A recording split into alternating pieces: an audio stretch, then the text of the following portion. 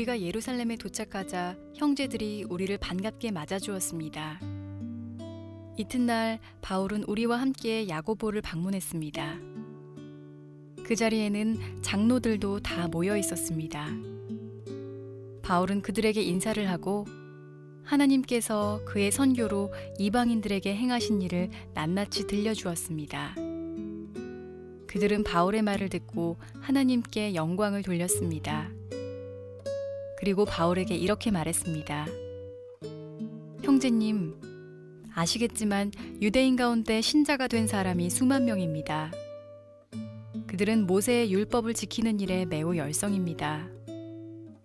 그런데 그 유대인들 사이에서는 당신이 이방인들과 어울려 사는 유대인들에게 모세의 율법에서 떠나 자녀에게 할례도 행하지 말고 유대의 관습도 지키지 말라고 가르쳤다는 소문이 돌고 있습니다. 그러니 어떻게 하면 좋겠습니까? 틀림없이 그들은 당신이 이곳에 왔다는 소식을 듣게 될 것입니다. 그러니 우리가 일러주는 대로 하십시오. 우리 중에 하나님께 서약을 한 사람이 4명 있습니다. 이 사람들을 데리고 가서 함께 정결 의식을 행하십시오. 그리고 형제께서 그들의 머리를 깎는 값을 대주십시오. 그러면 그들이 그대에 대한 소문이 모두 사실이 아니고 그대도 율법을 지키며 살고 있다는 것을 알게 될 것입니다.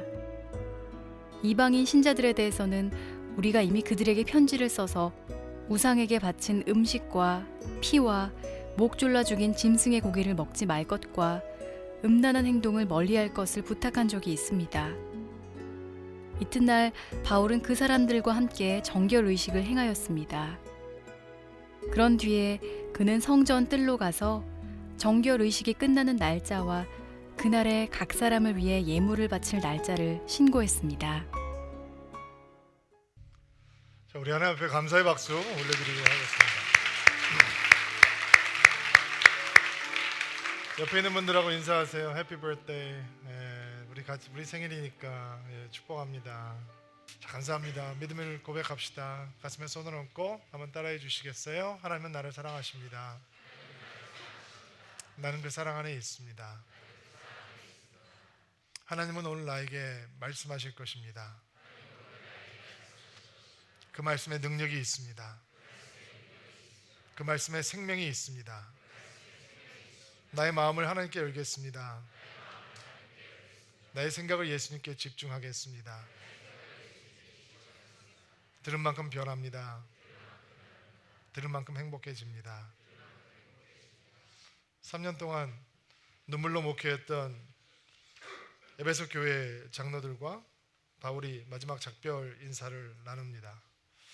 바울도 예루살렘으로 돌아가면 큰 환난이 기다리고 있다라고 하는 것을 알았고 장로들도 성령의 계시로 그것을 알고 있었습니다. 사랑하는 사니까 당연히 만류하겠죠. 그러나 만류하는 장로님들 앞에서 사도 바울은 하나님의 은혜의 복음을 전하는 일, 주께 받은 바로 그 사명, 그것을 마치려 하는데 나의 목숨이 소중한 것으로 여기지 아니한다라고 고백하며 예루살렘을 향해서 나아갑니다. 아마 에베소 교회의 장로들은 사도 바울의 그런 신앙의 고백을 들으면서 마음이 숙연해졌을 것입니다. 물론 우리도 마찬가지입니다. 늘 하나님 앞에서 아까워하고 적당히 하면 되지라고 생각하면서 살아가고 있는 우리들에게는 사도 바울의 그런 고백이 예수를 위해서 나의 인생을 아끼지 않겠다라고 하는 바울의 고백 앞에서 우리의 속마음을 들킨 것 같아 부끄러워집니다. 눈물을 흘리는 장로들을 뒤로하고 사도 바울은 고난이 기다리고 있는 예루살렘으로 향하게 됩니다. 그의 손에는 뭐가 들려있는지 아세요? 헌금이 들려져 있습니다. 누가 보내준 헌금이죠? 수많은 이방 교회들이 가난과 기근으로 고생하고 있던 예루살렘에 있는 성도들을 향해서 헌금을 해준 구제 헌금이 바울의 손에 들려 있습니다. 17절 18절 말씀, 예루살렘으로 향해서 사도 바울이 형제들을 만나 인사하는 장면인데 같이 한번 읽어볼게요. 17절 18절 시작. 우리가 형제들이 우리를 반갑게 맞아 주었습니다. 이튿날 바울은 우리가 함께 야고보를 방문했습니다. 그 자리에는 다른 장로들도 다 모여 있었습니다. 자, 바울이 로마서에서 그가 예루살렘으로 향한다라고 얘기를 하고 거기에서 구제 헌금을 전달한 다음에 내가 너희들 로마에 있는 당신들을 방문하기를 바란다. 그리고 당신들과 함께 당신들의 도움으로 스페인까지 선교하기를 바란다라고 하는 편지를 써요. 로마서 15장 내용인데 거기에 보면 이런 기도 제목이 나와요. 예루살렘에 있는 성도들이 당신들이 보내주었던 이 선교 헌금을 받을 수 있도록 기도해 주십시오. 그러니까 지금 우리가 알지 못하는 그런 미묘한 상황들이 예루살렘 교회에 벌어지고 있다라고 하는 것을 사도 바울도 직감적으로 들어서 알고 있었던 것 같아요. 어느 정도의 심각한 상황이냐면 그 헌금을 안 받아줄 수도 있는 상황.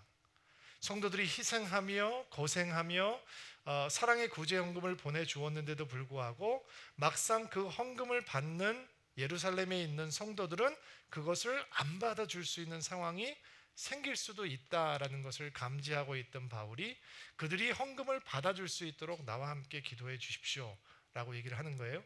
도착했어요. 이는 예루살렘의 교회에 있는 성도들이 반갑게 맞아 주었어요. 헌금도 물론 전달해 주었겠죠. 그리고 헌금을 보내주었던 교회의 대표, 이방인 대표들도 바울과 함께 선교 여행을 하고 그리고 예루살렘까지 도달하게 되었어요. 근데 사도 바울이 그들을 만나서 인사하고 헌금을 전해준 다음에 이제 그가 하고 싶었던 얘기를 시작을 해요. 19절 말씀입니다. 같이 한번 읽어볼게요. 시작. 바울은 그들에게 인사를 하고 하나님께서 그의 선교로 이방인들에게 행하신 일을 낱낱이 들려주었습니다.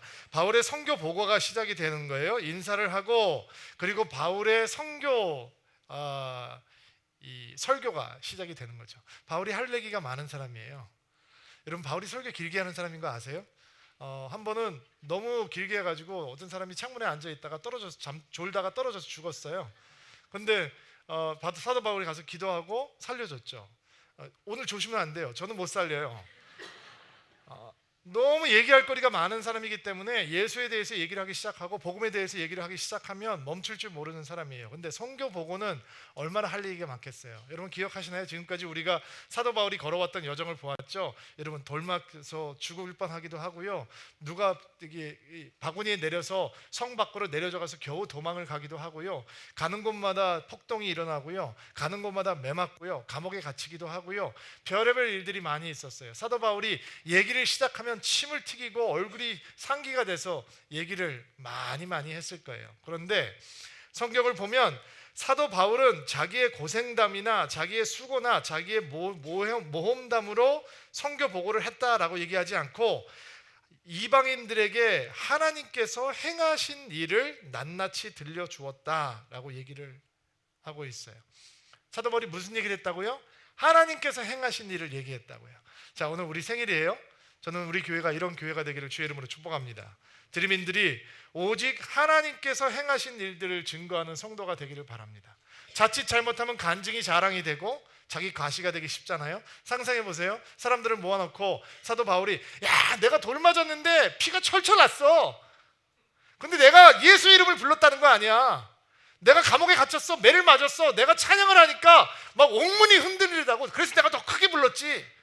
막 이런 얘기를 한 게 아니라 하나님께서 이방인들을 위해서 어떤 일을 하셨는지 그는 증인이 되었다라는 거예요. 여러분들 삶 속에서 위대한 사건이 일어나게 되기를 바랍니다. 기적도 있고 표적도 나타나고 놀라운 능력이 있기를 바랍니다. 그런데 우리가 드러낼 분은 누구예요? 오직 예수 그리스도. 내가 1등 했어요가 아니고 하나님께서 하신 일을 증거할 수 있는, 내가 승진했어요가 아니고 내가 이렇게 많이 갖게 됐어요가 아니고 내가 이렇게 영향력을 갖게 되었어요가 아니고 우리는 하나님께서 행하신 일을 증거할 수 있는 성도요 교회가 되기를 주의 이름으로 축복합니다. 저희 교회가 6년 되었습니다. 목사님 여기까지 어떻게 오게 되셨습니까? 오직 하나님의 은혜입니다. 여호사 목사님 오늘 겸손한 척 하시네. 천만의 말씀입니다. 저도 자랑할 게 좀 있으면 좋겠습니다. 근데 신목사와 제가 서울드림교회를 개척하고 이런 얘기를 많이 나누었습니다. 단 한 명의 성도도 우리 마음대로 데려올 수 없었습니다. 여기서 제가 전화해서 우리 교회 나오신 분 계신가요? 창립 예배를 할 때 우리는 단 한 사람에게도 전화할 수 없었습니다. 안 했습니다. 11월 14일 날 2009년 밤중에 신목사와 제가 사무실에서 문을 닫아놓고 서로에게 이런 얘기를 했습니다. 내일 실망하지 마. 사람들 많이 안 올 거야. 그렇지만 하나님께서 꿈을 주시니까 그 꿈을 하고 나가면 괜찮을 거야. 그런데 우리 부목사님들이 실망하면 안 되는데, 성도들이 너무 조그맣다고 소심해지면 안 되는데, 그리고 저와 신목사는 청소년 아이들을 키우고 있는 아빠였기 때문에 우리 애들이 실망하면 안 되는데 라는 얘기를 했습니다. 그리고 서울드림교회가 여기까지 왔습니다. 다 주의 은혜입니다. 신목사가 한 거 하나도 없습니다. 여호사 목사가 한 거 하나도 없습니다. 오직 주께서 하셨습니다. 우리는 모르는 사이인데 서울드림교회 때문에 만나게 되었습니다. 그리고 우리는 서울드림교회가 되었습니다. 하나님께서 행하신 일만 증거할 수 있는 여러분들이 되기를 바랍니다. 교회가 교회의 아름다움을 잃는 이유는, 성도가 목회자들이 그 아름다움을 잃게 되는 이유는 하나님께서 행하신 일을 말하는 대신 사람이 행한 것을 말하기 때문입니다. 하나님 앞에 영광을 돌리는 대신 사람에게 영광을 돌리기 때문입니다. 여러분의 인생에 있어서 오직 주님만 보여줄 수 있는 인생, 주님을 보여주는 축복의 통로, 그것이 바로 우리의 인생이 되기를 소망하고 우리의 교회가 되기를 바랍니다.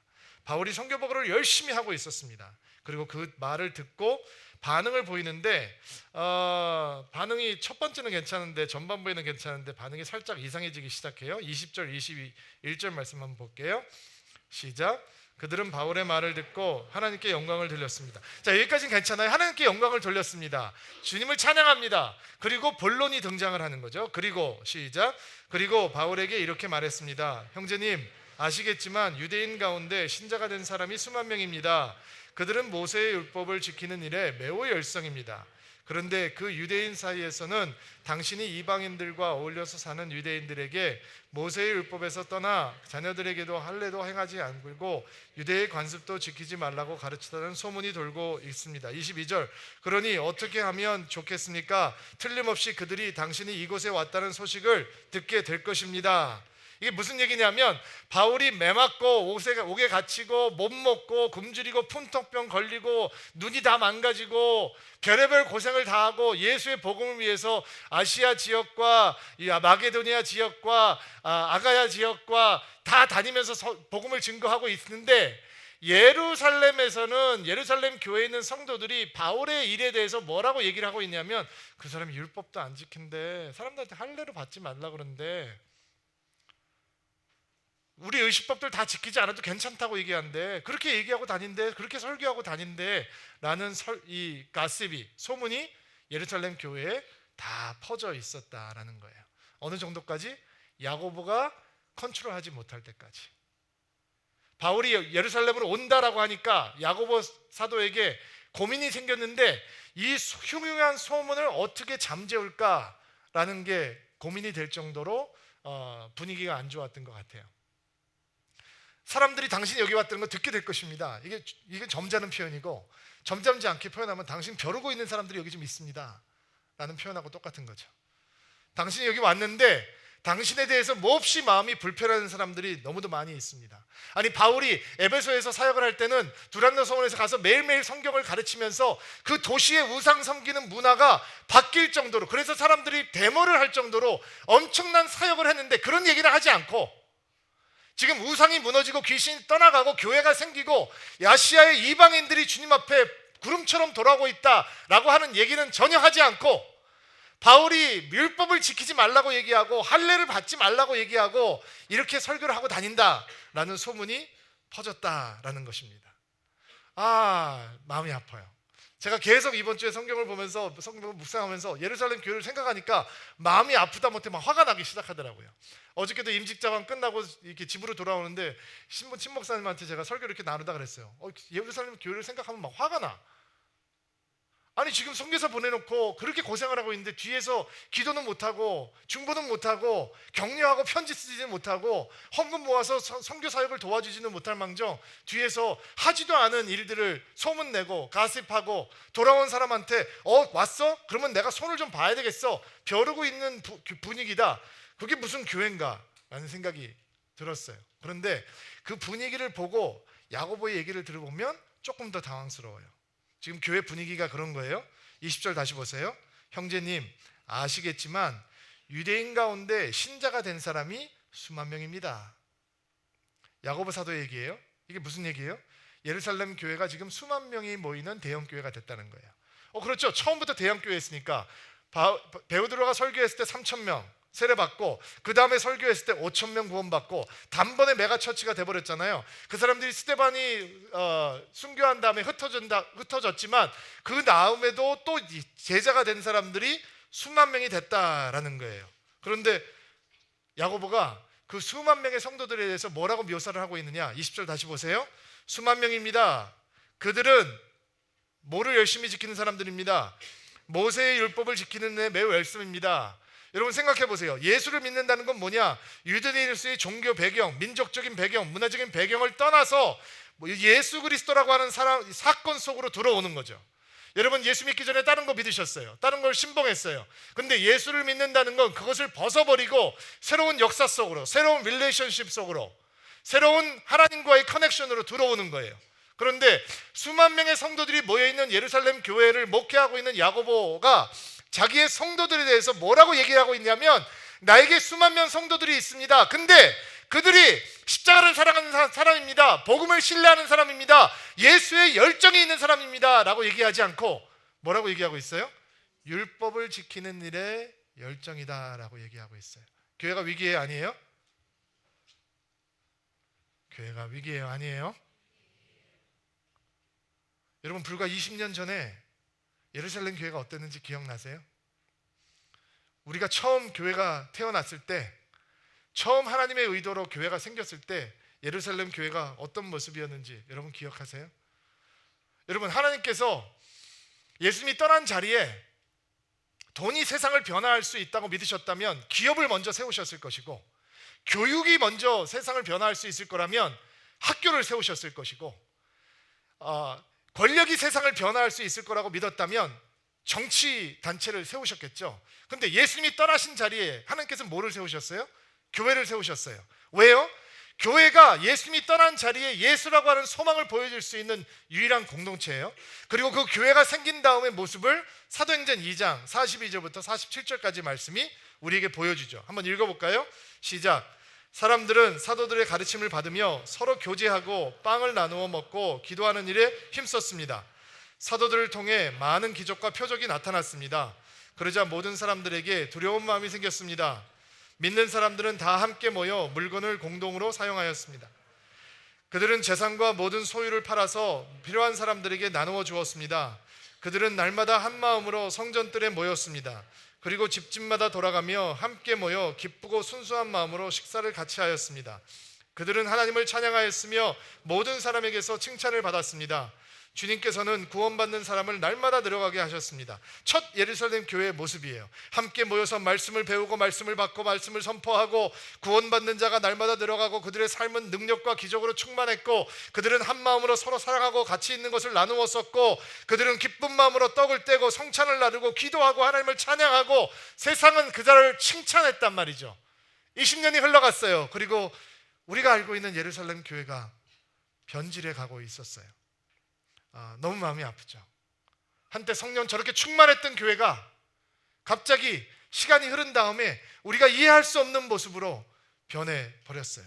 여러분 저 모습을 기억하셔야 돼요. 그들에게는 타협하지 않는 복음 선포가 있었어요.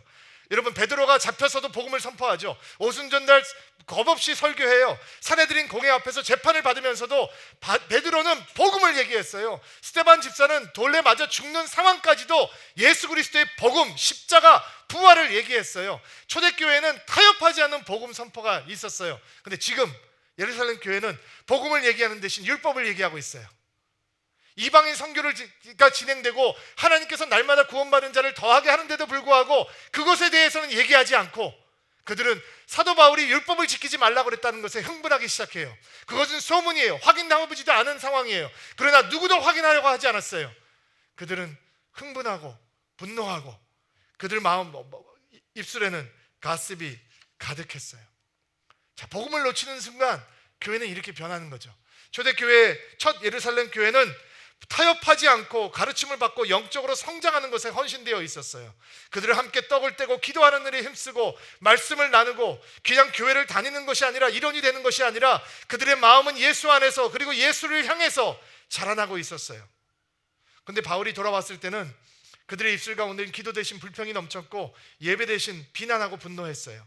알지 못하면서 바울 오기만 해봐라 벼르고 있는 사람도 분명히 있었을 거예요. 여러분, 성도들이 성장하는 마음을 놓치는 순간 교회는 흔들리는 거예요. 저희 교회 목사님들이 목요일날마다 공부해요. 여러분들 성경 공부 시켜드리려고 공부를 시작을 했는데 한 학기 동안 지금 한번 모였을 때 5시간, 6시간씩 공부를 합니다. 결석하면 보강까지 해야 합니다. 강사는 외부에서 장로님들이 오셔서 강의를 해주십니다.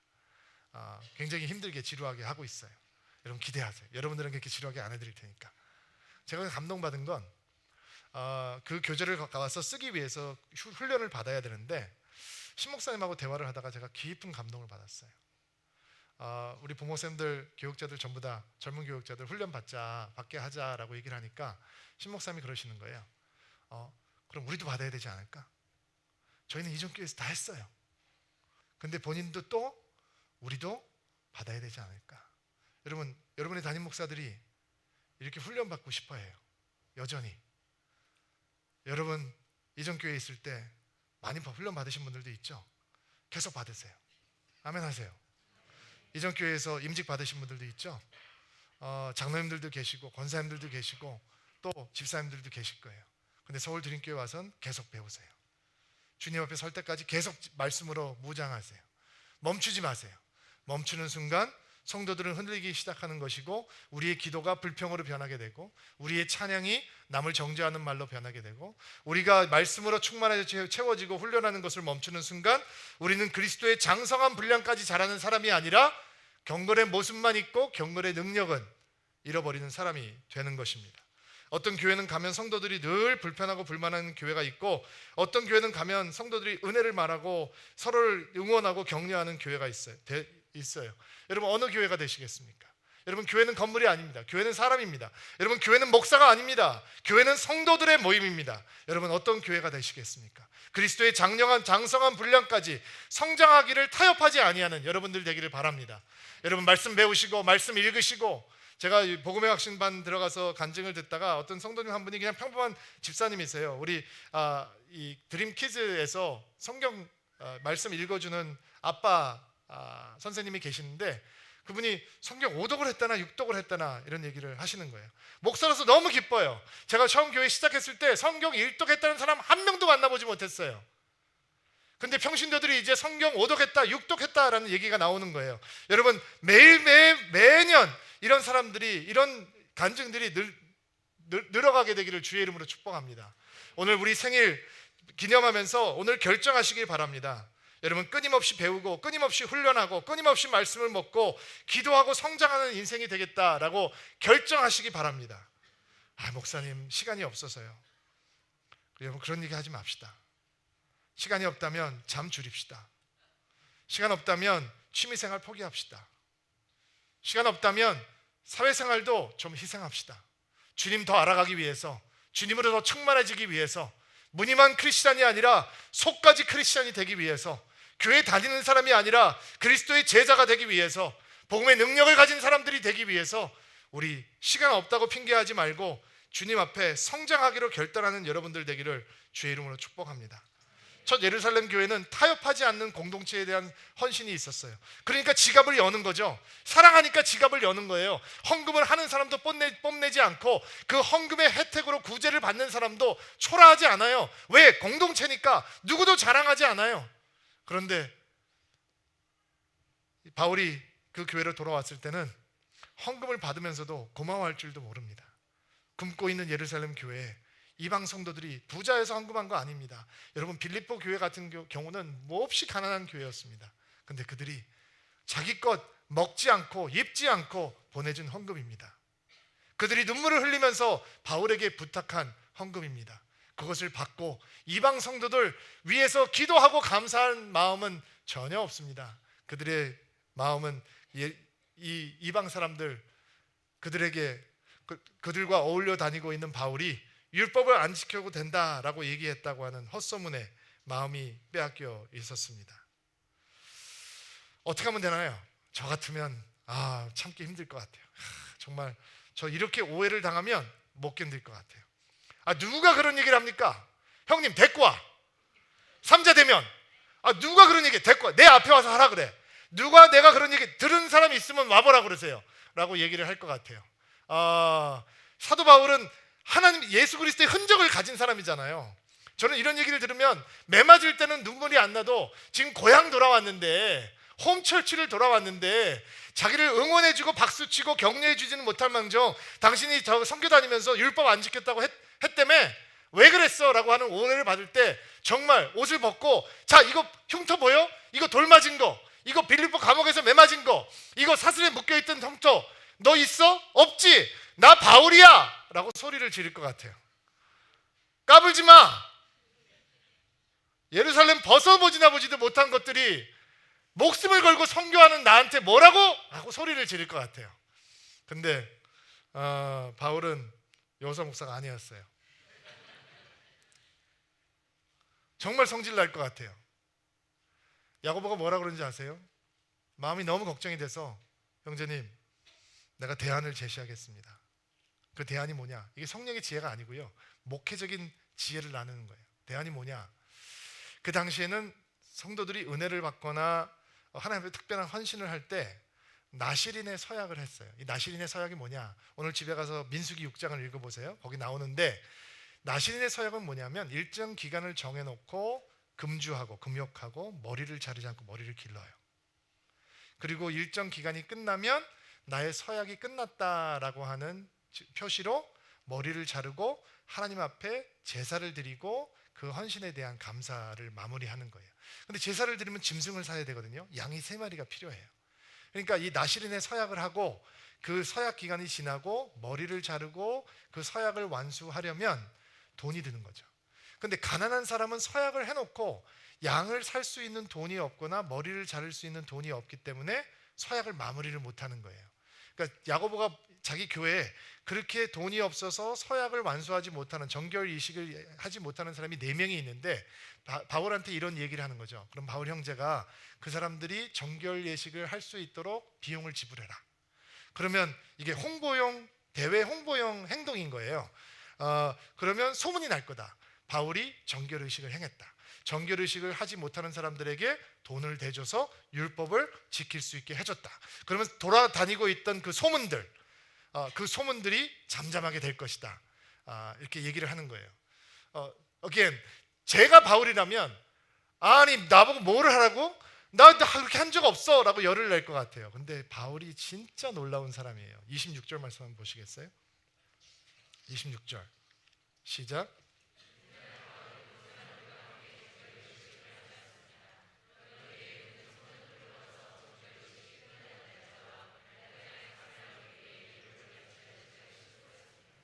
이튿날 바울은 그 사람들과 함께 정결 의식을 행하였습니다. 바울은 야고보의 말에 순종해요. 놀라워요. 변명 없어요. 변호하지 않아요. 항의 없어요. 따지지도 않아요. 바울이 성격이 대단한 사람인데 베드로도 바울에게 야단 맞았던 사람인데 감옥에 갇히면서도 그의 열정을 버리지 않고 큰소리 빵빵 치던 사람인데 이런 야고보의 요구에 그저 순종해요. 그들의 비용을 대주고 정결 의식을 행하죠. 왜요? 왜 그런 걸까요? 여러분 바울이 지금 왜 예루살렘에 와 있죠? 헌금 전해주기 위해서인가요? 아닌 거 아시죠? 헌금을 전달하고 어디를 가기 원했어요?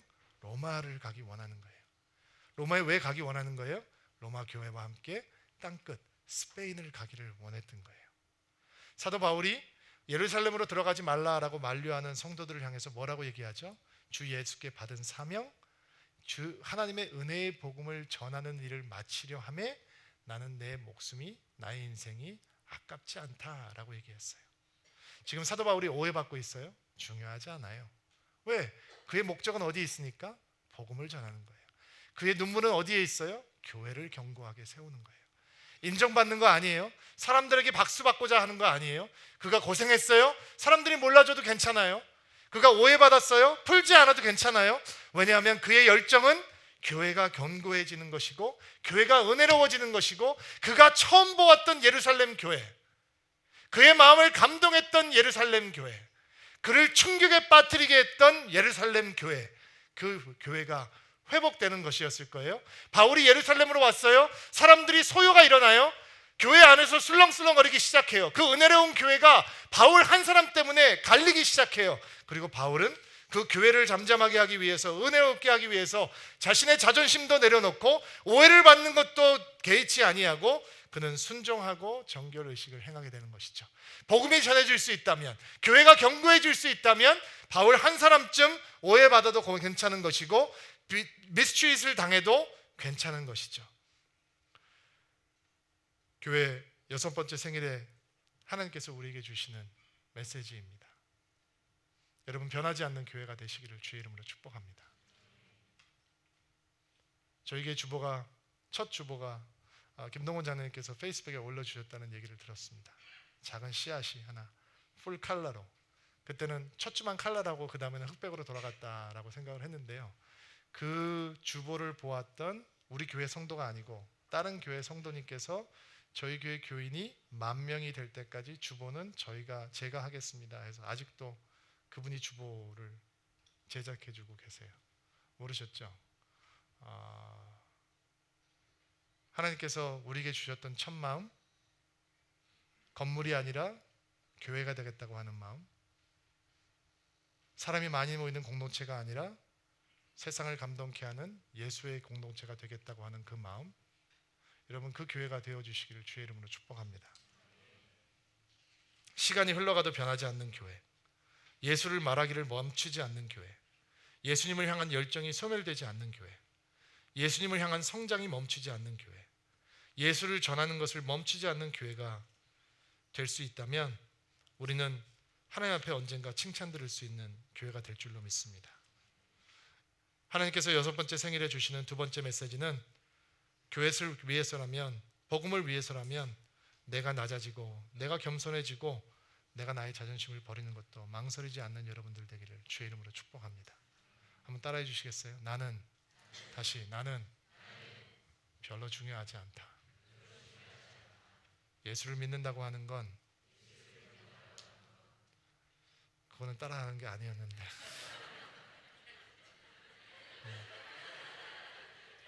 예수를 믿는다고 하는 건 내가 중요하지 않다라고 하는 사실을 깨닫는 것입니다. 그 사실을 여러분이 인정하면 여러분이 하나님 앞에서 얼마나 특별한 존재인지 깨닫게 됩니다. 하나님 앞에서 특별해지니까 사람이 무시해도 화나지 않습니다. 하나님 앞에서 특별한 걸 모르니까 다른 사람이 내 자존심을 상하게 하면 화가 나는 것입니다. 교회는 내가 중요한 것을 기억하지 않는 사람들이 모여 있는 곳입니다. 여러분 상상해 보십시오. 사도 바울이 속에서 열이 났을 거예요. 하나님의 말씀 순종하는 마음으로 야고보의 말을 따라서 성전을 향합니다. 상상하세요. Holy imagination, 거룩한 상상력을 동원하세요. 머리가 긴 장발 4명하고 사도 바울이 성전을 향해서 걸어가 들어가기 시작합니다. 사람들이 수군거립니다. 바울이지? 바울 맞지? 율법 지키지 말라 그랬던 저자 맞지? 어디 가는 거? 어디 감히 성전을 가?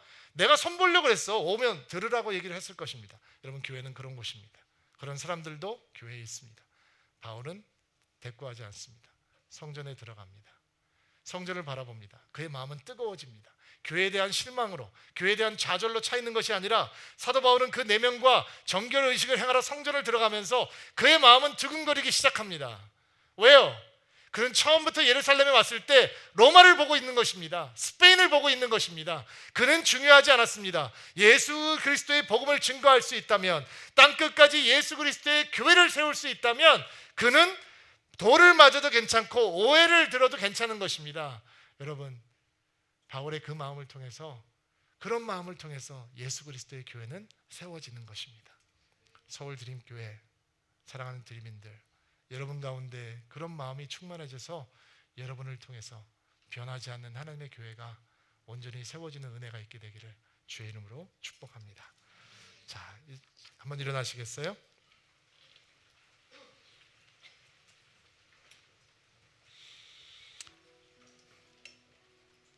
자, 여러분 가슴에 한번 손을 얹고 안수하십시오.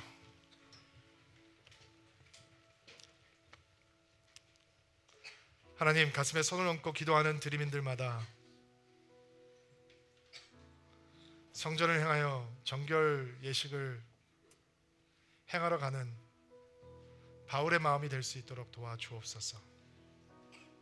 변호할 수 있는데 변호하지 아니하고, 항의할 수 있는데 항의하지 아니하고, 소리낼 수 있는데 소리내지 아니하고, 복음을 위해서, 교회를 위해서 낮아지고 내려놓고 겸손한 사람들이 되어갈 수 있도록 도와주옵소서.